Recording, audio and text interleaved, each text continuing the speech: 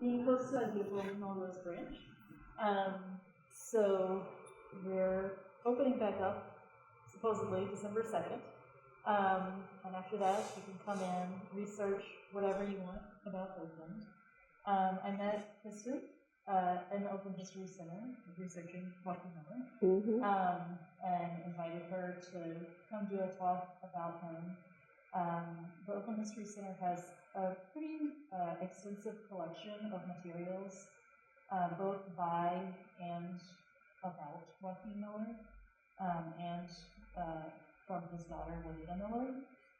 So then the published books, and then there are manuscripts, photographs, postcards, all sorts of stuff. So if after this talk you become really interested in Joaquin Miller, come in the Oakland History Center after we reopen, and you can look at a lot more stuff. So, yeah, Kristen Tavin is our presenter tonight. She's the California Writers Club writer in residence at Joaquin Miller Park. You nailed it, yeah. And yeah, I'll let her take it away. Do you need to dim the lights? Yeah, dim the lights. All right, welcome everybody. Here's a quiz. Which one of these bearded gentlemen is Joaquin Miller? You guys think number one? Okay. You think number one? What about you, Emily? Number three, okay. You've probably seen him a lot more than we have. This is who all of these guys are. Okay. Yeah. Apparently, it was all the rage to have a long white beard if you're a gentleman over a certain age. This is interesting because this is a picture of Joaquin Miller that's very stylized, and one thing we'll talk about, one of his themes is the image of Joaquin Miller versus the man. And who does that look exactly like? Does that look exactly like Walt Whitman? I'm going to tell you about how I discovered Joaquin Miller. I grew up in Colorado, and I moved out here to finish college at Mills, and I raised a family. And my journey began when I chaperoned a third grade class on a field trip to Joaquin Miller Park, where they could write poetry. And while I was there, I wondered, who is this guy, Joaquin Miller, and why don't I know anything about him? There should really be a song about him. Why isn't there a song about him? There should be a song about him. So a week later, the song sort of downloads into my head while I'm on the N bus. And then a month later, I'm singing it with this group of kids in front of the opening of Farmer Joe's on Fruitvale. This is about 2006. Joaquin Miller went walking. Joaquin Miller went walking. Joaquin Miller went walking. Walking through the Oakland Hills. See? Very simple. And then it's really cute. You hold up these cards and it goes, and then the kids shout at what the cards are. Saw live oak. No joke! That's where I like it.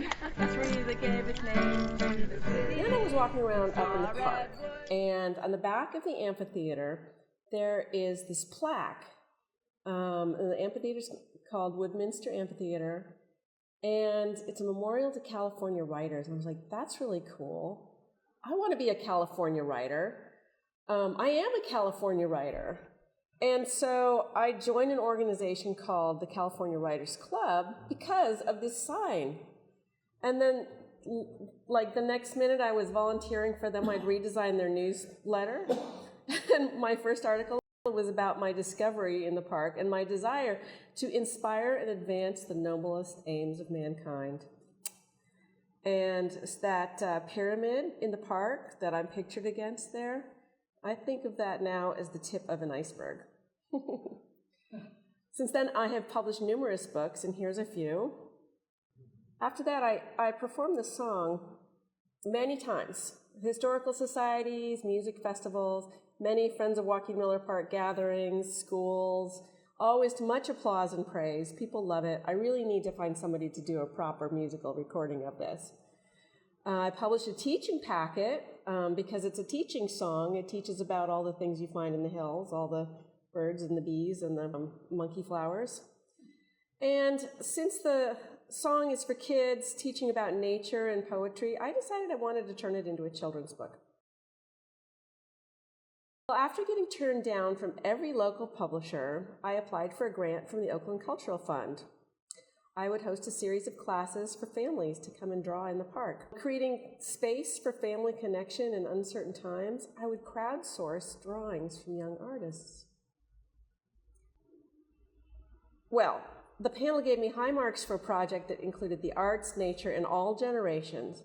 But then the chair of the panel said, "Why would you want to expose the children to this problematic figure?" Now, this was a time that people were taking down statues. There was a petition to rename Jack London Square after Oscar Grant. And the CWC at that time started a diversity committee and wrote a statement both teaching about the social good that Jack London did and advising to weigh the perfection of art against imperfect human artists with care. Anyway, I was shocked. I did not know what to say because I thought he was an okay guy. And I said, well, he was an important writer whose images painted a picture of the West. Every movie maker everywhere who makes a Western owes him a debt, but he was so much more than that. And she goes, yeah, Western tropes, blah, blah, blah. That's my paraphrasing. He was a known horse thief and an alleged wife beater. Then everybody on the panel started nodding in agreement. They all had a bad image of him too. So even though I replied that the horse stealing was a fight against injustice and I'd never heard of him being abusive, my score was marked down and I didn't get support to finish the project. Then I started tuning in to all the trash talk about Miller. It's literally everywhere and it eclipses all of his good deeds. Reputable people even, will say weird things about him. So this is a clip from a documentary called Trailhead. It's really wonderful. And there's a section here where Dennis Evanovsky, who is the publisher of the Alameda Sun, talks about Joaquin Miller. Joaquin Miller is one of my favorite people. A polite definition of Joaquin Miller would be an eccentric. He was famous as a wannabe kind of bad writer and passed himself off as the poet of the Sierras. He was also a horse thief. He was also a robber. Otherwise positive articles always included disparaging comments like this. A wannabe, a bad writer, a horse thief, even one vindicating his work with the Indian nations calls him a fornicator. He was a womanizer. The owner of a hipster bookstore even made his face when I told him I was, writing about Joaquin Miller, and goes, "Oh, yeah, he was a bad dude."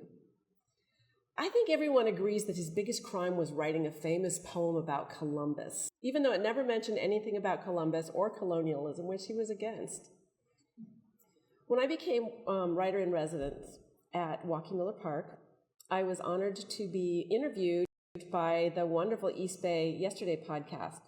Liam O'Donoghue was perplexed by Joaquin Miller's statue to Fremont, who, he said, was essentially responsible for the Indian genocide. In that interview, Corinna Gold, the co-founder of Segurite, describes Miller as a privileged white man who abandoned many wives and children, and yet we hold him up, we put his names on things. So I'm wondering, why is this negative narrative so pervasive? And is it true? Well, I know time changes and we look at our icons differently, but there's something really different about Joaquin Miller than everybody else with a white beard. And I figured out what it is. Everybody quotes Wikipedia. There are no articles about his contemporaries that include editorializing like on his. It took me a few readings to catch all the digs like for unknown reasons, and he changed his name, and he published at his own expense, and he borrowed money to travel, and he claimed this, and he said that, and he claimed, and supposedly. And they mentioned, that he'd stolen a horse, plus a saddle valued at $80, like they go into picayune detail. So the whole thing is bathed in bitterness and hammers home his obsession with his image. Now, the Wikipedia seems to quote only the snarky bits from his last biography, which was written in 1953, called Splendid, Poseur. It's actually a great read and ultimately lifts Miller up. But it is full of this tone. It's got this really disparaging tone. So, funny story. Alan Rosinas, who brought Miller's greatest work back into print. It's called Life Among the Modocs. It was called An Unwritten History, and he found it in the stacks at the University of Southern Oregon. And then he wrote this wonderful book with selected writings of Joaquin Miller. So he essentially brought him back to light. He'd all but disappeared. And he told me whenever he would talk about Miller up in Oregon, there was this guy who would always come out to heckle him. And he believes it was that guy who would always change the Wikipedia back every time he added correct information or took out editorializing. A few months ago, I changed the text, passed himself off as the poet of the Sierras, to he became known as the poet of Sierras. And no one has changed it back. And in fact, it was the London press who called him that. But back to the documentary, I think Evanosky buried the lead. He settled up on top of the hill there and built himself that little house that's still there. Writers would meet up there. They would come up to his place and they'd have a meeting, and we know Jack London would go to the meetings, and we know that Ina Colbreth and Bret Hart would go to the meetings. We have this wonderful picture of him standing at his house, and there's not one single tree in sight. This is a picture of him, and the land is totally barren there, no trees. The story goes, he planted 70,000 trees. He passes away, and then 2 or 3 years later, the city just bought the property. Just as they did in Diamond Park, the city buys the land up there. If you haven't been up to the park, here's a few little lovely scenes. Aspersions of Miller were endemic. He had to deal with them all his life. From the time he was working, cooking for the miners and writing in Northern California during the gold rush, and spouting poetry to them, when they'd rather tell their rowdy stories like the one Mark Twain wrote about in Roughing It and took verbatim, he would recite poetry and they would call him Crazy Miller, and he had that reputation all his life. He felt it, he struggled with it, and persevered. And yet, from all accounts, he never said a bad word against anyone. He's being a little goth here. So I think the problem with Miller is we can't see the forest for the trees. Or worse yet, we can't see the trees when we're stuck in the weeds. Yes, he stole a horse. He did it because the owner of the horse was not paying him or any of the guys who were working their butts off for him. He sold the horse so that he could pay all of this guy's employees. He went to jail for it, and stealing a horse in those times in the gold rush was punishable by death. He was going to be hanged the next day. So he broke out of jail with a friend of his, and he ran in to go in hiding. And the sheriff was coming for him, and he got out a rifle and he shot the sheriff in the knee. And up in Shasta County, there's almost every establishment, they say, claims to have that original bullet. So, no, he was not a robber. The saddle was attached to the horse. Yes, he fought with and against Native Americans. That's something they say. Maybe he did. He claimed he did. Was he a poser? Yes, he invented himself. He was self-made like every writer of the day, and this day, and all the days, the people who want to be famous. Wannabe. Yeah, he was a wannabe until he got there, and he really was the real deal. Bad writer? Well, the towering talents of his time and his millions of international fans would disagree. His writing was different, and he had hits and misses. Okay, now that we've looked at the weeds, let's look at the other trees in his literary forest. Miller was definitely an awkward genius. His rough, broken gallop, as a London reviewer described his style, has a charm that draws the reader on and on. Disregarding the defects of his quality, his lack of proportion, his crudity in music and in taste, in the end, his defects may be fatal so far as purely literary values are concerned, but he had the good fortune to record the Western scene in poetry as no one else has done, an achievement that will not soon be forgotten. He was so Western as almost to be a caricature of his section, as Emily Dickinson. He was a fun dresser, and there's a whole story about that. I could do a whole other lecture on Miller's neurodiversity. So many writers, critics, world builders of the day were shocked at his intelligence. One historian said, upon finding a letter from Miller, He says, I opened it expecting nothing, and it wasn't once struck with its unusual character. Instead of speculative maunderings or unsolvable problems or vague aspirations, I find the ring of genius, human life, and human passion, of which the very sounds had almost been forgotten. Then he added, do not compare him to Walt Whitman. You may as well compare a young half-broken Arab to a circus piebald horse broken loose from the troop and gone mad. Miller was born in 1837 in Indiana. In 1852, his family heard the call of gold and migrated west on the Oregon Trail. Very dangerous journey. About half the people who took it didn't make it. I just read recently, I don't know if that's a new statistic, but it was hard. From 1855 to 1860, he, as a teenager, went down into California and had some adventures down there. This first picture on the left there is the first known picture of him. It's his graduation picture from Columbia College in 1859. He's about 21 years old there, and he certainly looks far older than his years. He's often described in literature as having long, flowing golden locks. In 1860, he passed the bar, and then he had all sorts of interesting jobs. He was a newspaper editor, a Pony Express rider into Iowa, carrying gold, a Union Army captain, a judge, and he was running for the Supreme Court. In his middle years, he went in 1870 to London because he wanted to meet the great poets. As an older man, he died in 1913 right here in Oakland. So some early influences on him were Heinrich Heine. His name, he was born Cincinnatus Heine Miller, and he always imagined the Heine was after a German poet, philosopher, Heinrich Heine. Lord Byron, everybody was into Lord Byron, the greatest superstar of the 19th century. This is John Fremont, was a pathfinder, thought as a hero. You've heard of the town Fremont. There's a monument to Fremont. Very interesting guy. Led the genocide of the Indian, but he also tried to free the slaves in Missouri before Lincoln was ready to do that. And finally, this last guy is John Rollin Ridge. He is a Choctaw author. In 1850s, wrote a book called Joaquin Murrieta. And certainly Joaquin read that because his book was called Joaquin et al., and he wrote poems about Joaquin Murrieta, who was a famous bandito and the model for Zorro.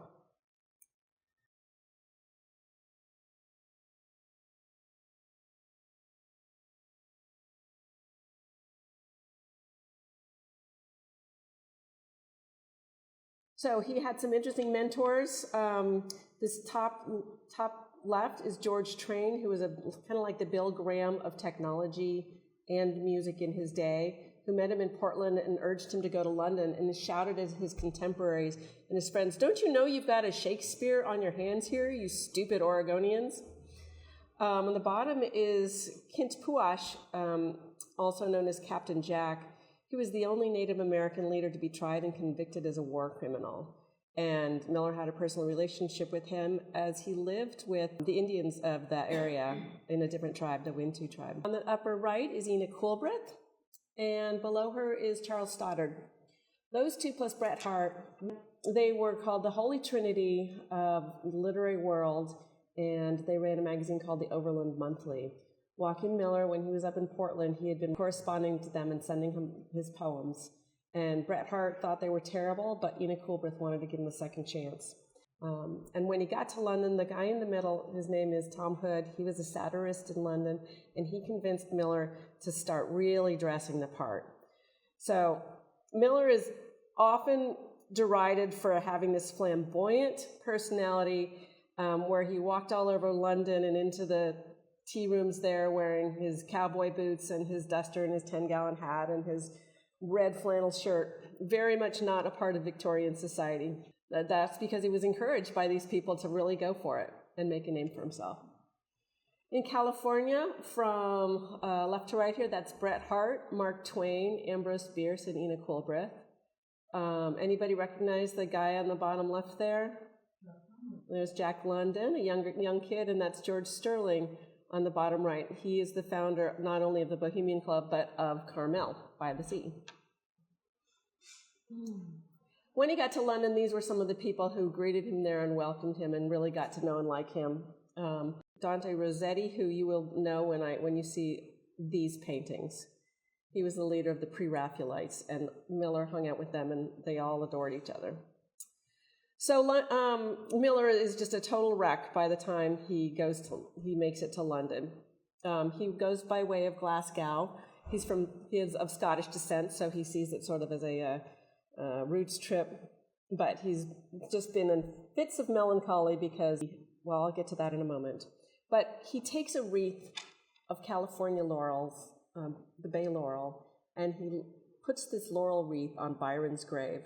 He stands there and waits until he's drawn a crowd, because he's sort of muttering under his breath, and once he sees that people are watching him, he recites this huge poem to Byron that he's been composing on the trip. He pays the guy $1 to keep the laurel there for a year. And he says, I'll give you another $1 next year if it's still there. And so this becomes a big deal. It's in all the papers.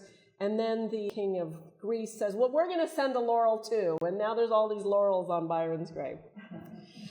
He passed through New York and he had a card printed up they called himself the Byron of the Rockies. And he passed himself off as the Byron of the Rockies because I think, why the Rockies? He crossed them in the wagon train, and probably while he was there, someone encouraged him and complimented him and said, you're the Byron of the Rockies. But the New York editors were not interested in him at all. But when he got London society, and he was introduced by Tom Hood to all the royalty and the lords and ladies, he met the Queen. Well, he published a small book of poems at his own expense. First, he went knocking on every door, and nobody would publish him, so he published his first book of poems with your own money, as one does. And when it came out in the press, he got somebody to review it, and they actually thought Robert Browning had ghostwritten it. So then everybody paid attention to him, and then they published, it was called Songs of the Sierras. It was published in 1871, and this book swept London, swept the nation. He was really famous. So he also met lots of lords and ladies. He met the Queen. He had breakfast with the Archbishop. He behaved really badly, crawling around and biting the ladies' ankles, but they thought he was hilarious. He hung out at the Savage Club with Twain and Bierce and the other California writers who followed him on the path that he blazed back east. So then he comes back to New York, and then he goes back and forth to London, New York for a long time. And in New York, he befriends Walt Whitman and Nathaniel Hawthorne and Longfellow. And I always wondered if he knew Oscar Wilde, and I was so excited to find out that he actually welcomed Oscar Wilde into New York society and introduced him around, just like Hood had done for him in London.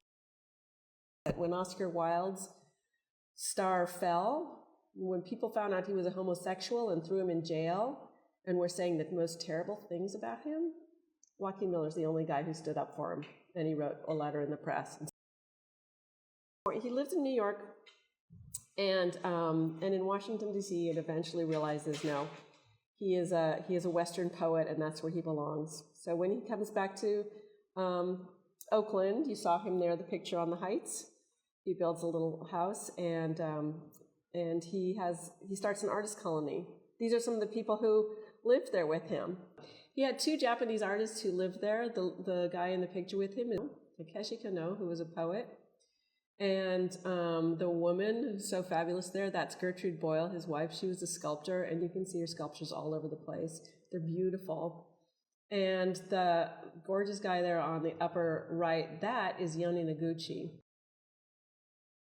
He came out from Japan and sought out the hermit in the Heights because he wanted free room and board, for one thing. It's really hard to get along, and he was studying, and he wanted to work on his poetry. This is the guy who introduced haiku to America. He was the first Asian poet or writer ever to be published in the American press. And so Joaquin became a mentor as well. These are his loves. He is talked about as being such a womanizer, but when I read his biographies, and I've read a number of them, here's what I came up with. He had 3 wives, maybe 3-ish wives, because his first wife, when he was 18 years old, was a Wintu maid. Her name was Sutatot. The chief was like, well, here, you should marry my daughter, because that's what they did. They traded wives, and they had very different values than we did. And so she was immortalized as Paquita in many of his books, and apparently a pretty amazing woman. They had a baby, and she and her baby were kidnapped by the other tribe. And eventually she was rescued. She changed her name to Amanda Brock, and she raised her kid in Portland, and Joaquin eventually brought that child, whose name was Kalashasta, brought her down to live with Ina Coolbrith. So when he went to London, and then when he came back, she lived with him at the Heights. So that's wife number one. Wife number two was Minnie Myrtle, poetess of the Coquille. So this was when he was back in Oregon and doing all those things and writing and publishing. And she was also publishing poetry. And they had a correspondence in the public eye where they were writing love poems to each other.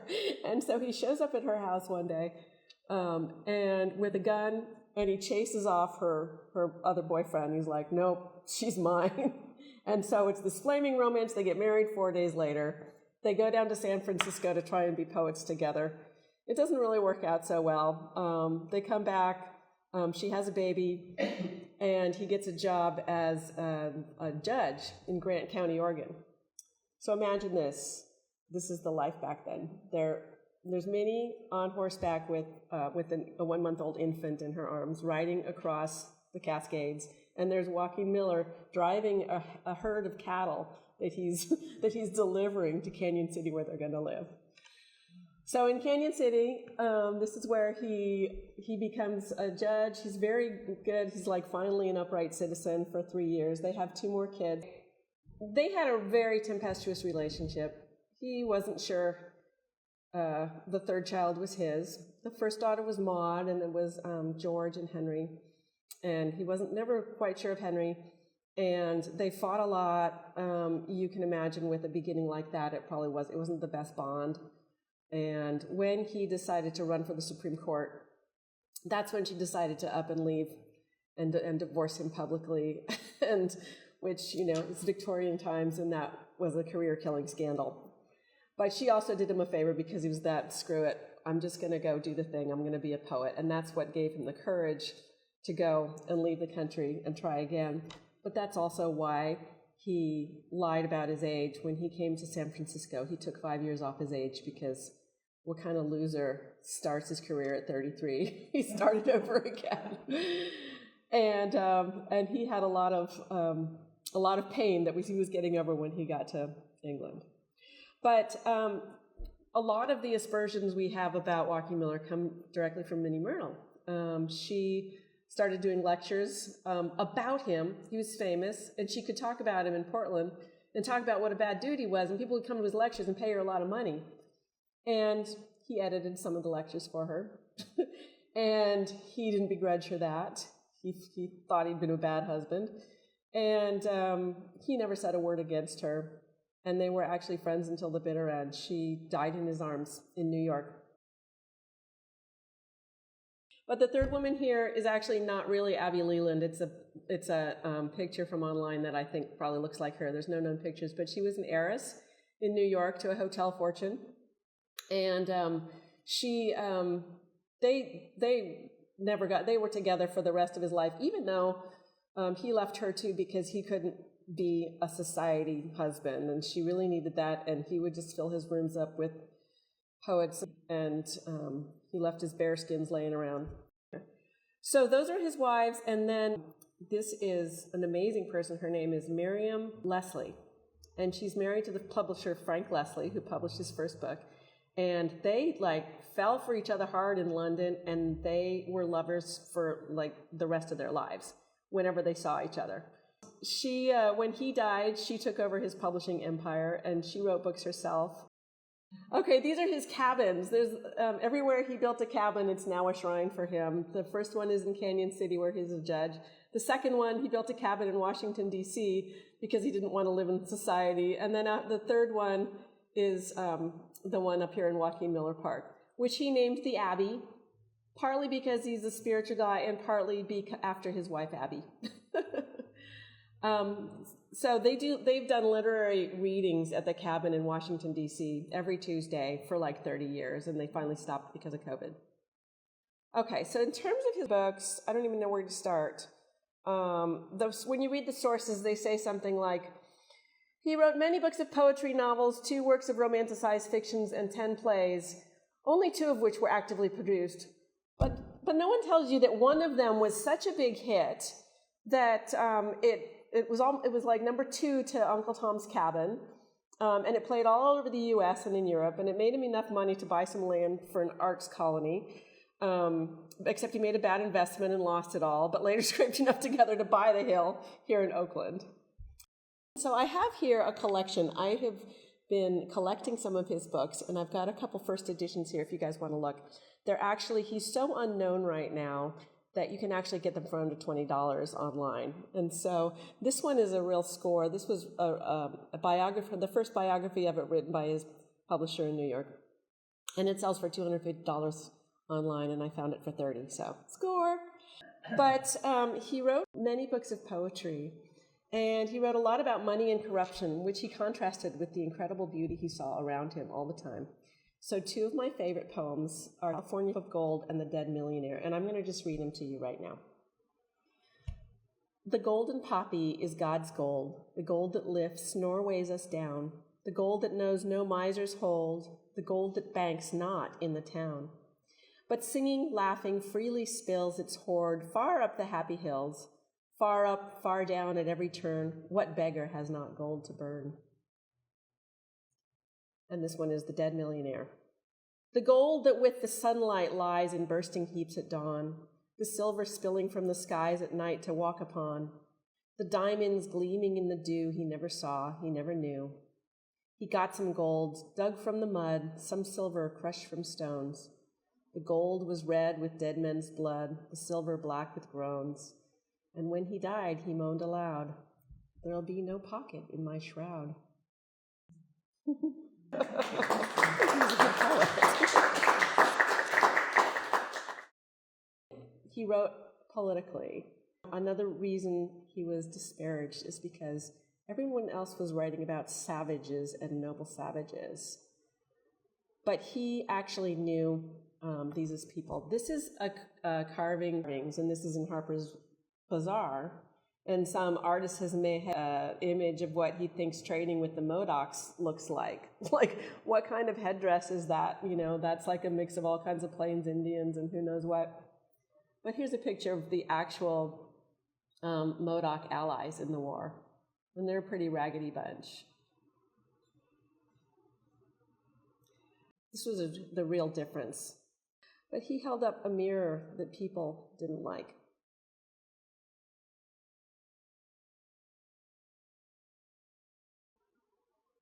A very complex life and a very complex story. But it's really no wonder people highlighted his flaws. We see that all the time right now. If anybody just watched the election. Liberalism was an idea that people were struggling with. It was new. And Miller embodied a kind of freedom that was not accessible to those who cared about material things.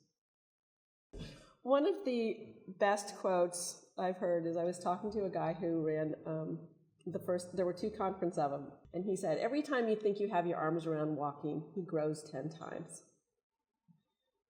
He's such a fun deep dive. This is Gertrude Boyle. She's carving the statue of him. This bust is down at Via Montalvo in Saratoga. If you get down there, it's pretty wonderful. There's also busts of John Muir and I think Edward Markham. But Miller was really famous. There were always magazine articles about him all over the country. He built shrines, and everybody was so curious about what he was doing in the park and in the hills, and people really just started following him. He built his own funeral pyre up there at the park. Have you seen it? Where was he buried? He wasn't burned on that funeral pyre. So he was sent down the funeral home and cremated, and then they took his ashes up and they scattered his ashes up there. Okay. And it was, and when people tell the story, you'll hear people tell it like this. So like, yeah, he built this funeral pile, but as luck would have it, it was in part of the city by the time he died, and he couldn't even have that, right? He couldn't even get that right. But, and no one, and also no one was there, and so forth. But the funeral that they had for him later was huge, and Enid Coolbrith wrote the most beautiful poem, and, and everybody came out and just, those are the stories you don't hear about him, is how well loved he was. Yeah. And the pyramid, does it have significance, or was it just Well, it's a pyramid to Moses. His father was a teacher, and back in those days, you would learn Latin, and you would know Latin by the time you're an 8th grader, right? And you would have read all of the great books. Like that was education back then. And then at 14, you're done, and you can go get your solicitor's license and be a lawyer, if you're smart. So he had a real classical education, and was very inspired by someone leading his people out of slavery, especially what he had seen America go through in his lifetime. Yeah. People could buy like toys with him. This is up in the ranger station there. It's a stereoscopic slide for those weird image things that they used to have at fairs and stuff and drugstores. But everybody kept tabs on him, and they all knew about the poet in the Heights. This is one of my favorite stories. He was commissioned to write the poem Columbus in the Columbus year in 1892, 400-year anniversary. And again, like I said, he was no huge fan of Columbus, but it was a way to earn $50. And he wrote this wonderful poem that was actually put in textbooks for maybe 70 years. It goes, sail on, come on everybody, sail on and on. It was in all the textbooks until about 1970. Anyways, people would just flock up, not just artists, but everybody would come and see the poet in the Heights. They'd walk up from the Diamond District, they'd take the train out, and then they'd walk all the way up the hill there in their little Victorian boots. And this is like the Women's Christian Temperance Union, and they're asking him, so what inspired you to write that poem? And he has to say, well, to be honest, ma'am, it was whiskey. Isn't that what inspires every sailor to sail across an ocean? And isn't that what inspires every writer to keep writing? And they're all shocked, of course, because it's the Temperance Union. And he says, but I couldn't very well say that in the press because, it's for kids. The other thing, as we saw, is yes, he planted trees. And in Life Among the Modocs, his most famous novel, as I mentioned, which many conflate with his memoirs, and that's why he's like, oh, it's full of lies and confusion. But no, he actually novelized. He took parts of his life, like every writer does. And in this book, which is he was actually living with the Wintu, but it was about the Modoc Wars, which were very much in the press the time it came out, and that was one of the tribes in it. And he actually changed the name. He didn't want to use the name Wintu because he wanted to protect his family there. But in this book, he railed against the desecration of streams through gold mining, the wholesale removal of forests, and the resulting loss of salmon and other wildlife that were the tribe's sustenance. So he was really the first environmentalist in California. And he lobbied to bring Arbor Day to California.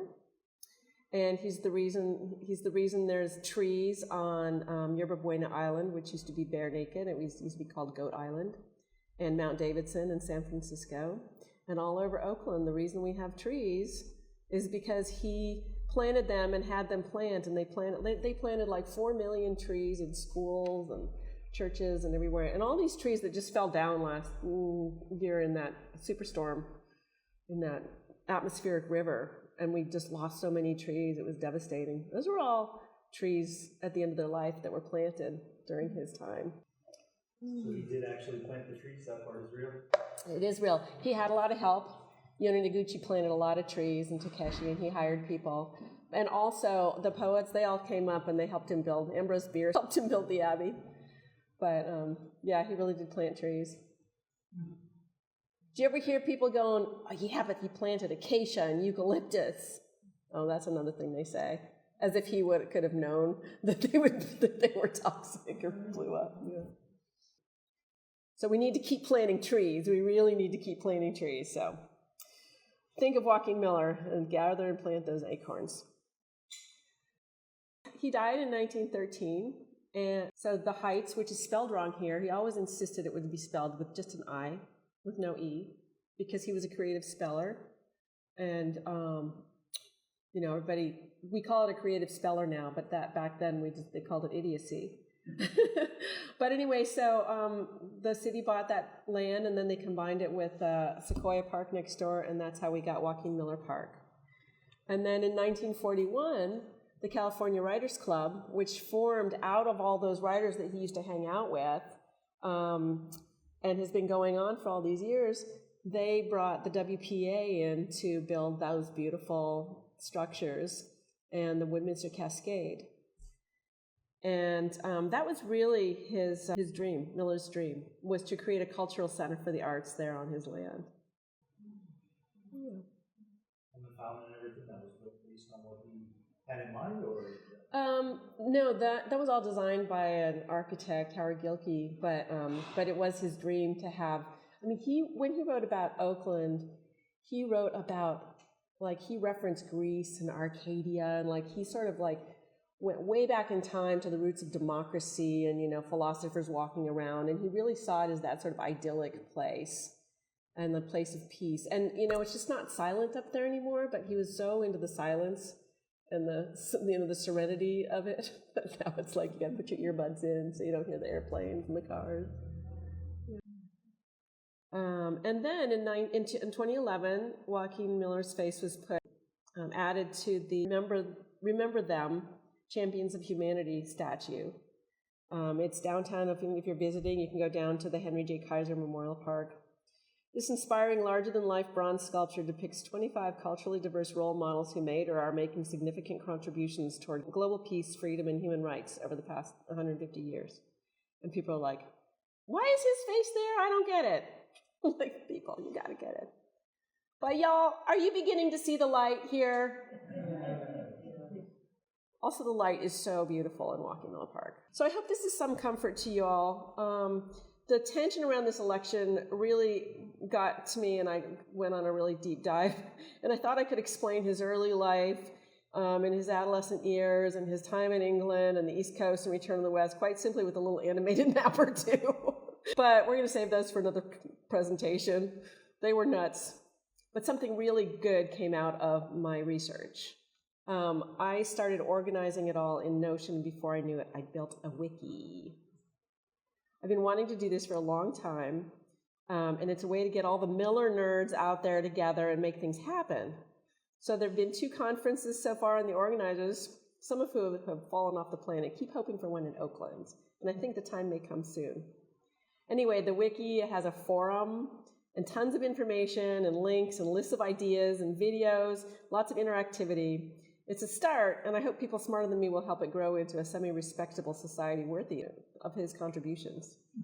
My favorite parts are a whole gallery, a whole page of all the people in his sphere, with stories about them and links to their Wikipedia pages. And I feel like I'm taking after Ina Coolbrith, who was, does anybody know who she was?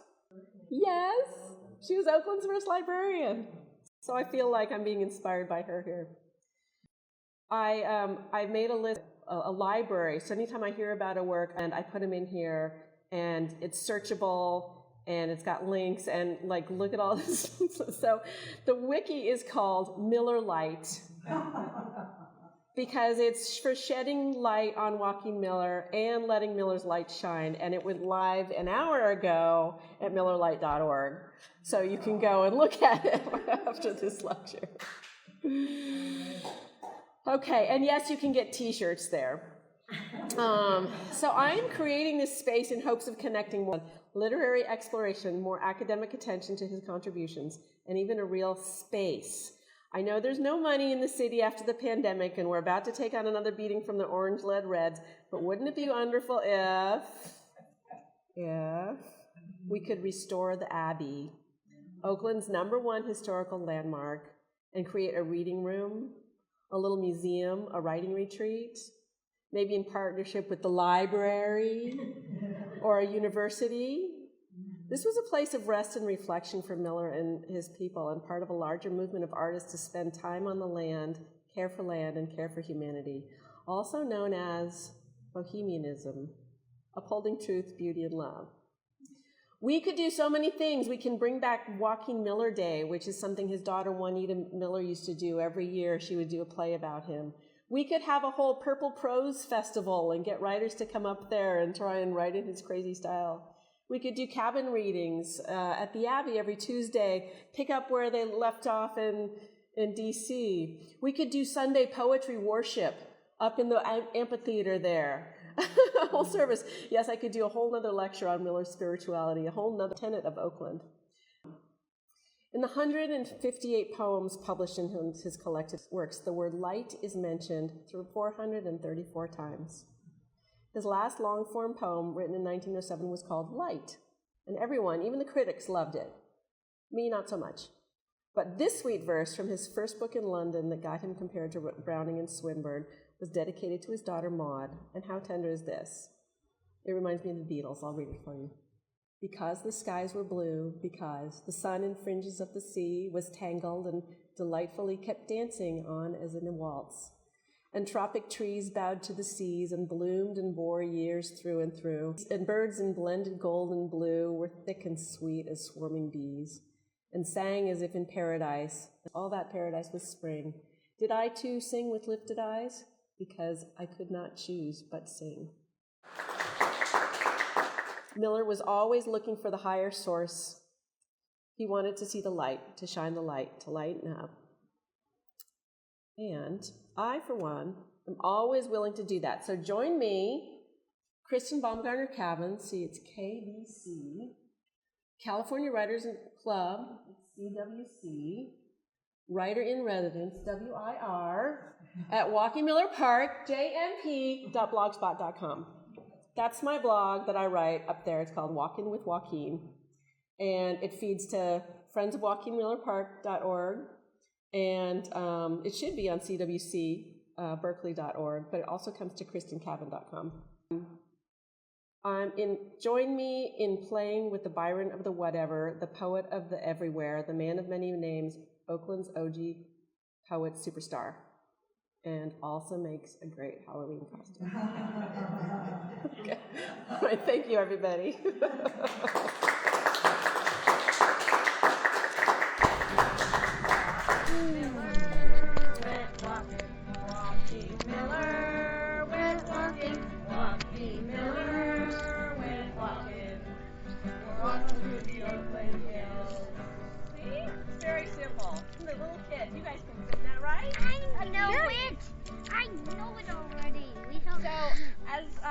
Stephanie mentioned, I was inspired to write this by a teacher here in the Oakland schools. We have some great teachers here in the Oakland schools. Let's hear it for the teachers in the Oakland schools.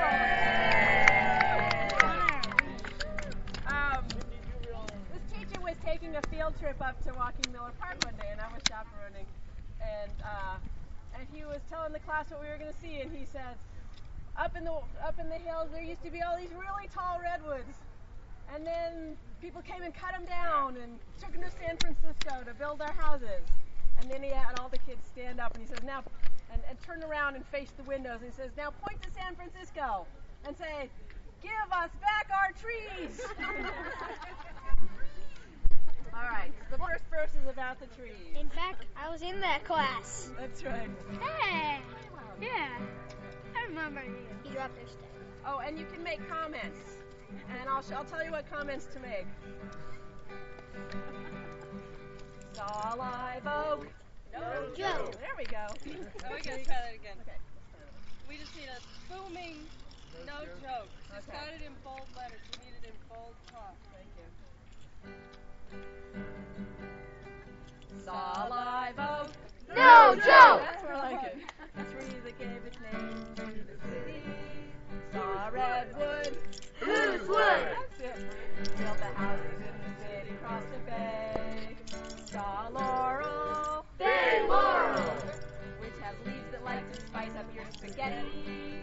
Saw the trees, and the beauty of the Oakland Hills. Everybody, Joaquin Miller, with Joaquin Joaquin Miller went walking.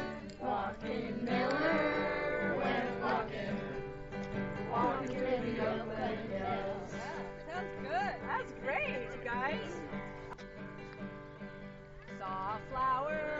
Be power. A flower with a face like a monkey. Smelled of flannel. And the native grass waving in the wind. Yerba buena. Good herb. The Ohlone used to drink the tea for breakfast. Saw the golden poppy. The flower that's a symbol of our state. Joaquin Miller went walking. Joaquin Miller went walking. Joaquin Miller went walking. Walking in the Oakland hills. I have a dream that every kid in Oakland is going to learn this. This will be our theme song. And they'll start singing it in preschool, and they'll sing it in elementary school as they learn all about our ecosystem. And then by the time they get to high school, they really hate it, and they're really sick of it, and they make fun of it.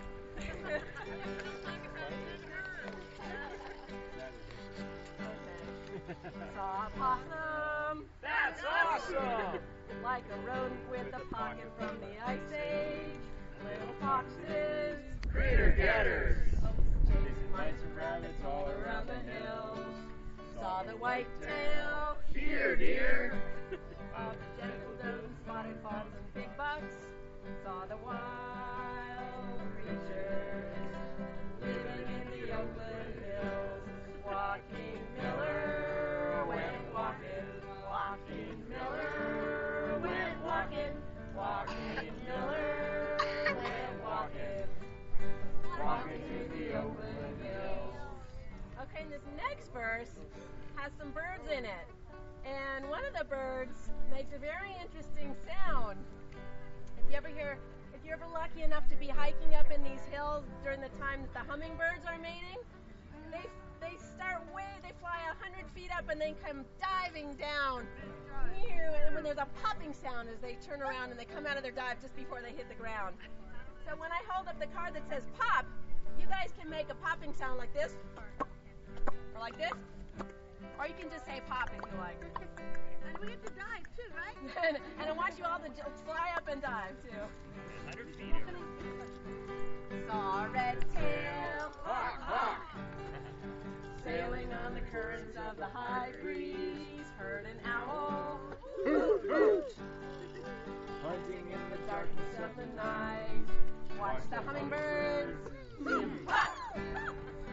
Swooping through the sky in the summer. Saw the birds,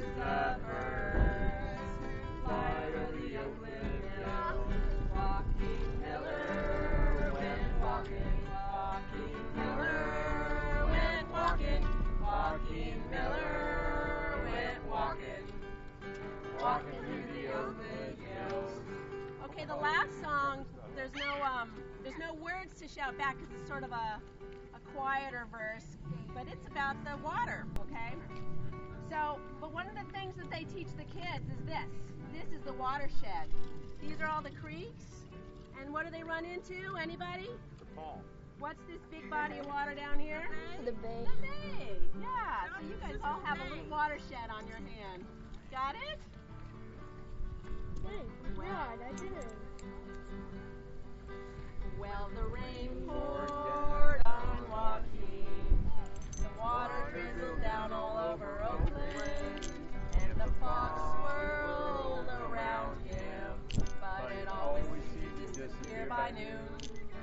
Beads so small, Beads of moisture that drip from all the green leaves and needles into the creeks that trickle down into the San Francisco Bay. Thank you. Finish. Went walking, Joaquin Miller.